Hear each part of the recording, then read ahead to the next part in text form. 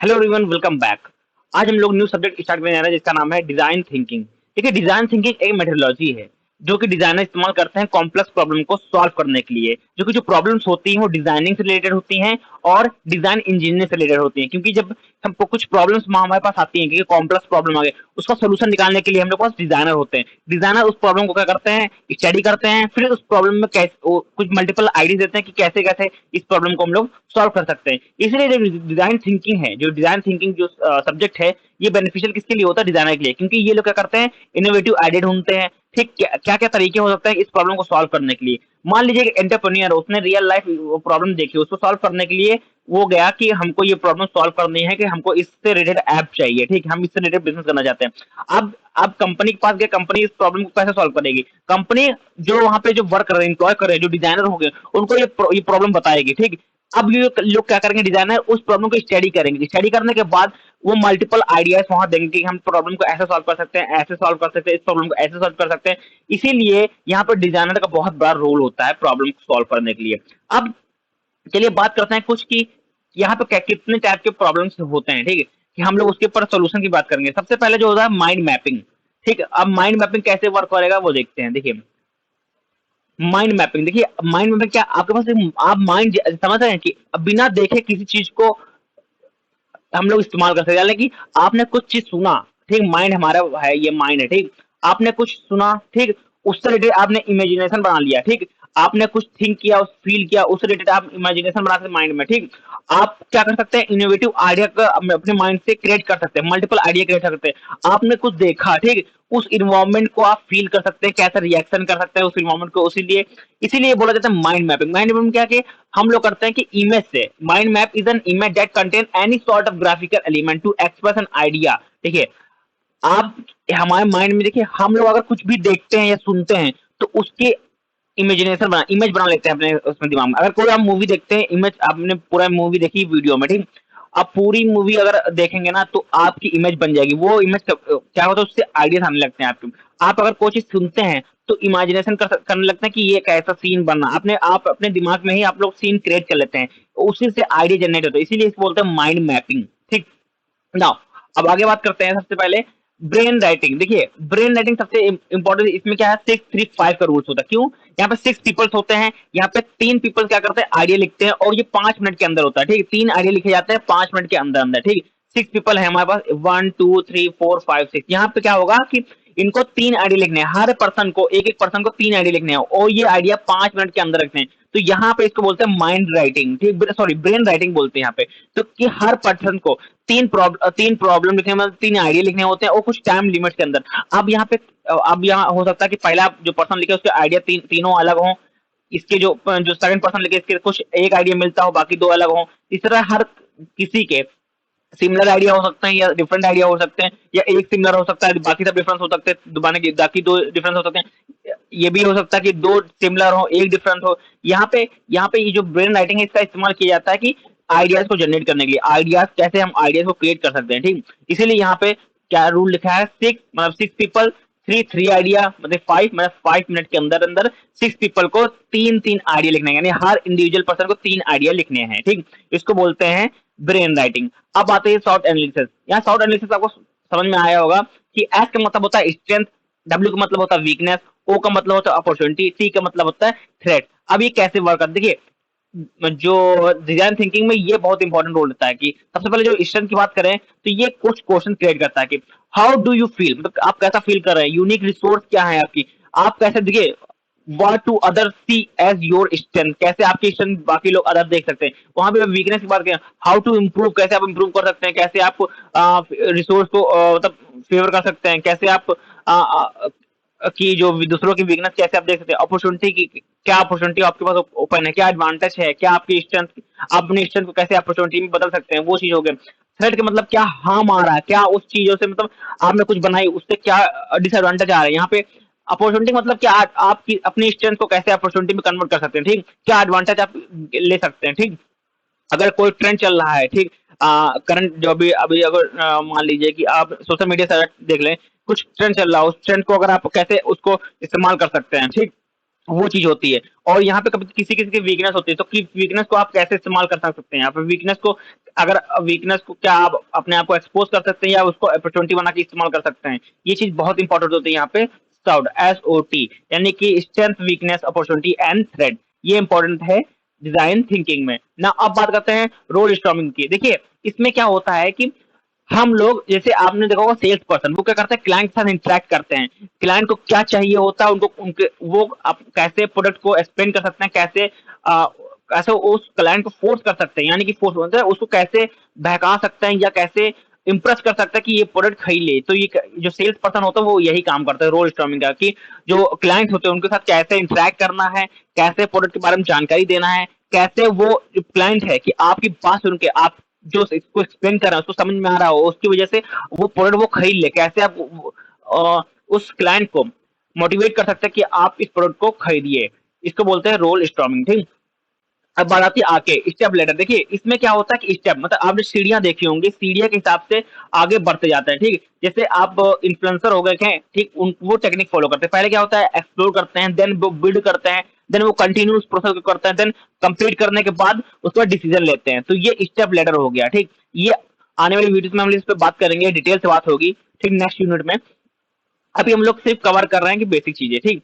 अब बात करते हैं हम लोग डिजाइन, देखो इंपॉर्टेंट ऑफ डिजाइन की। देखिए तब आपने कोई भी मॉडल्स देखा होगा, अगर सॉफ्टवेयर इंजीनियरिंग की बात करें, कुछ आपने मॉडल्स देखा होगा तो उसमें होता है कुछ स्टेप होते हैं। ठीक। तो इसमें भी सेम इंपॉर्टेंट ऑफ डिजाइनिंग मतलब इसमें भी कुछ स्टेप होते हैं। पहले क्या होता है, डिस्कवरी, क्या हो आप जो चीज है उससे रिलेटेड क्या स्ट्रेटजी है, टॉपिक्स क्या है, डेटा कहाँ से आ रहा है, ठीक, आप कितना अंडरस्टैंड कर पा रहे हैं उस टॉपिक को। ठीक। उसके बाद क्या होता है, रीफ्रेम अपॉर्चुनिटी, यानी कि उसको आप पैटर्न बनाते हैं कि आपका पास डेटा है उसको कैसे सॉल्व करना है, उसमें कैसे क्वेश्चन होंगे, ठीक, कैसे उसमें उस प्रॉब्लम कैसे से उस प्रॉब्लम को सॉल्व करेंगे। वहां पे क्या होगा, रीफ्रेम करते हैं हम लोग यहाँ रीफ्रेम या फ्रेम अपॉर्चुनिटी को। ठीक। हम लोग अपॉर्चुनिटी को फ्रेम करते हैं या उसको रीफ्रेम करते हैं, यहाँ पे इसका नाम है सेकंड पार्ट।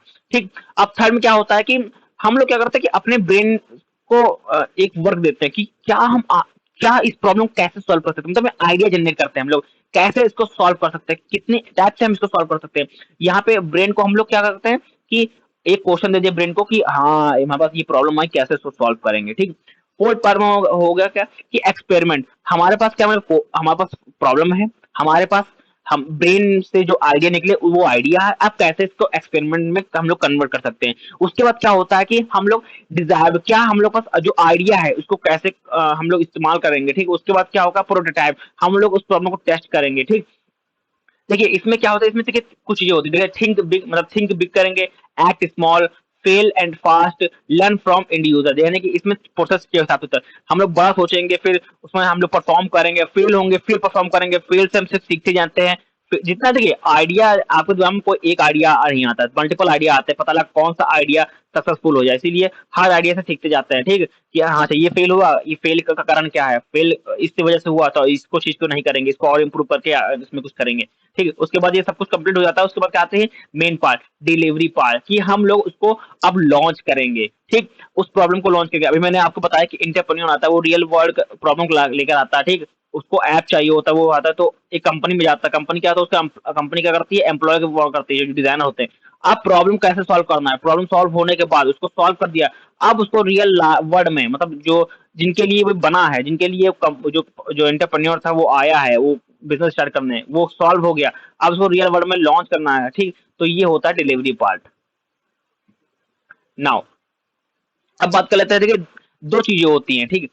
एक होता है डीटी, एक होता है ईएसटी। डीटी का मतलब होता है डिजाइन थिंकिंग और ईएसटी का मतलब होता है इंजीनियर सिस्टम थिंकिंग। इसमें डिफरेंस क्या होता है, देखिए ये जो मॉडल्स होता है, पहले से अगर हम ओरिजिन की बात करें, ये इंडस्ट्रियल डिजाइन होता है, यहाँ पे क्या होता है, प्रोडक्ट से रिलेटेड काम होता है, डेवलपमेंट से रिलेटेड काम होते हैं, और जो डिजाइन इंजीनियरिंग होती है उससे रिलेटेड काम होते हैं। अगर वहीं इंजीनियर सिस्टम की बात करें, यहाँ पे रिसर्च होता है, सिस्टम इंजीनियरिंग होता है, ठीक, और मैनेजमेंट साइंस होता है यहाँ पे। अगर वहीं पे हम लोग डीटी की बात करें, कैप्चर ह्यूमन रिसोर्स की बात, यहाँ पे इंस्पिरेशन होता है, इम्प्लीमेंटेशन होता है, और वहीं पे अगर ईएसटी की बात करें तो यहाँ पे इनपुट आउटपुट और फीडबैक लूप होता है। देखो हम लोग इनपुट देते हैं, आउटपुट निकलता है, उसके बाद हम लोग को फीडबैक मिलता जाता है, उसी हिसाब से हम लोग उसको चेंजेस करते जाते हैं। मगर यहाँ पे डिजाइन थिंकिंग में क्या होता है, हम लोग इंस्पायर होते हैं, आइडिया को क्रिएट करते हैं, प्रॉब्लम आ रही है हमारे पास, उस पर आइडिया क्रिएट करते हैं कि इस कितने टाइप के हम लोग प्रॉब्लम आ रही है, कितने टाइप से इस प्रॉब्लम को सॉल्व कर सकते हैं।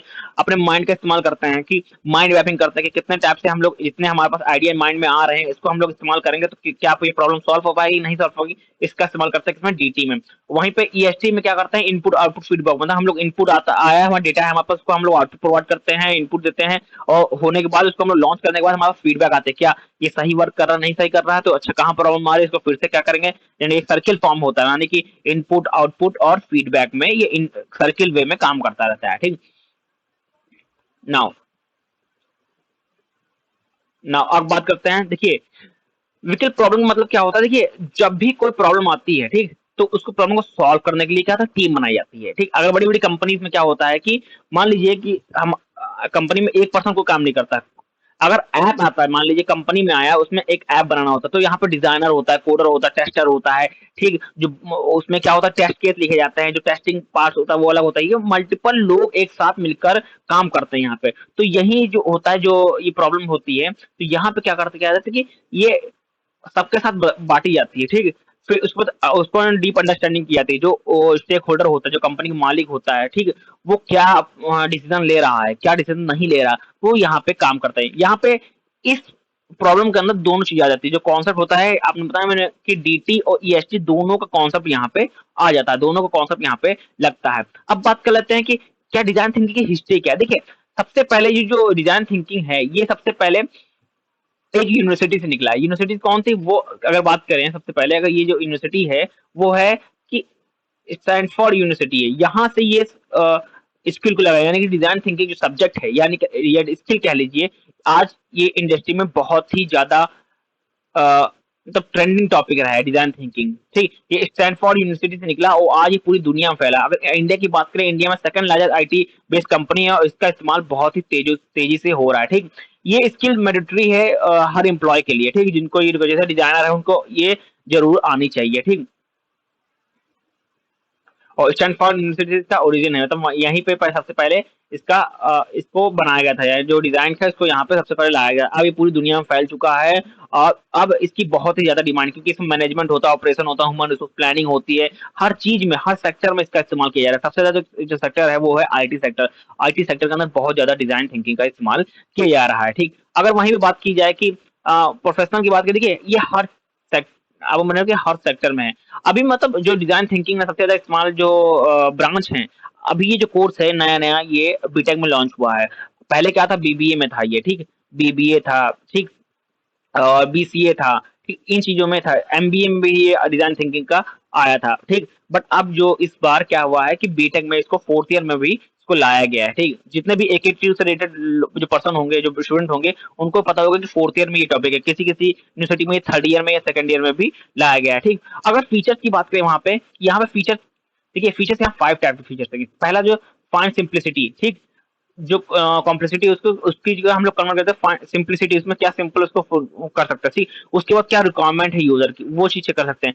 क्लाइंट का एक्सपीरियंस है, क्लाइंट को कैसे इंप्रूव करना है, क्वालिटी क्या उसको क्वालिटी प्रोवाइड कर रहे हैं क्लाइंट को। ठीक, वो क्योंकि यहाँ पे क्वालिटी ऑफ एक्सपीरियंस की बात की जाती है। ठीक, उसके बाद हम लोग उसमें क्या इनोवेटिव आइडिया निकाल रहे हैं कि उस रियल वर्ल्ड प्रॉब्लम को सॉल्व करने के लिए क्या, देखिए रियल वर्ल्ड प्रॉब्लम को सॉल्व करने के लिए क्या हम लोग आइडिया निकाल रहे हैं, क्या इनोवेशन कर रहे हैं। ठीक, वो चीज यहाँ देखी जाती है। उसके बाद हम लोग जो उसके बाद हम लोग क्या कर सकते हैं कि उस प्रोडक्ट को कितना अच्छा बनाने के लिए, यानी कि ब्यूटीफुल बनाने के लिए वर्क किया जाता है। ठीक, ये 5 चीजें ये बहुत इंपॉर्टेंट है डिजाइन थिंकिंग के लिए। ठीक, नाउ आगे मूव करते हैं। ठीक, अ, देखिए अब बात करते हैं डिफिनेशन की। यहाँ पे देखिए, देखिए डिजाइन थिंकिंग क्या है, नॉन लीनियर इंटरेक्टिव प्रोसेस है। ठीक, ये क्या है, ये टर्म यूज होता है कि यूजर को अंडरस्टैंड करने के लिए, चैलेंज को अज्यूम करने के लिए, रियल वर्ल्ड प्रॉब्लम को सॉल्व करने के लिए। यहाँ पे यहाँ जो चीज होती है 5 टाइप की होती है। इम्पैथी, देखिए इसका मतलब होता है कि जो पर्सन है, ठीक, अपने प्रॉब्लम को दूसरे प्रॉब्लम के साथ कैसे, दो पर्सन है, दो पर्सन कैसे आपस में अपने प्रॉब्लम को शेयर करके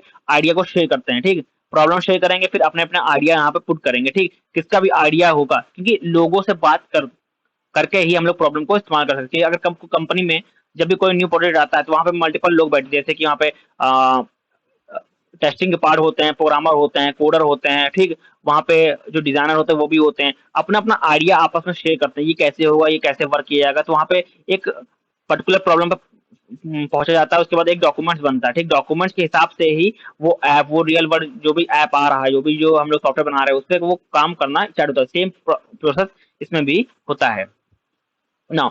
उसके बाद आता है प्रोटोटाइप आता है, ठीक, एक एक करके हम लोग कवर करते हैं।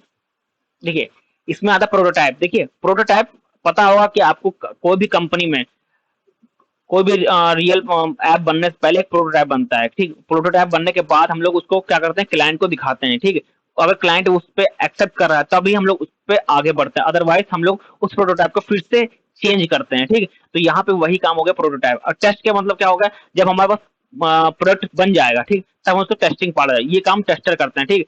अब टेस्टर करने के बाद जब टेस्टिंग हो जाती है तब इसको क्या करते हैं, हम लोग डिप्लॉय करते हैं, ठीक, रियल वर्ल्ड में हम इसको डिप्लॉय करते हैं, ठीक। रियल वर्ल्ड में आने के बाद जो क्लाइंट होता है, यानी कि जो यूजर होता है, उससे हम लोग का फीडबैक मिलता है, ठीक। फीडबैक के हिसाब से उसके बाद चेंजेस करते हैं, उसके बाद जो फीडबैक के हिसाब से चेंजेस करते हैं, और क्लाइंट जिस टाइप की रिक्वायरमेंट चाहता है उस टाइप से हम लोग उसको फिर चेंज करते रहते हैं।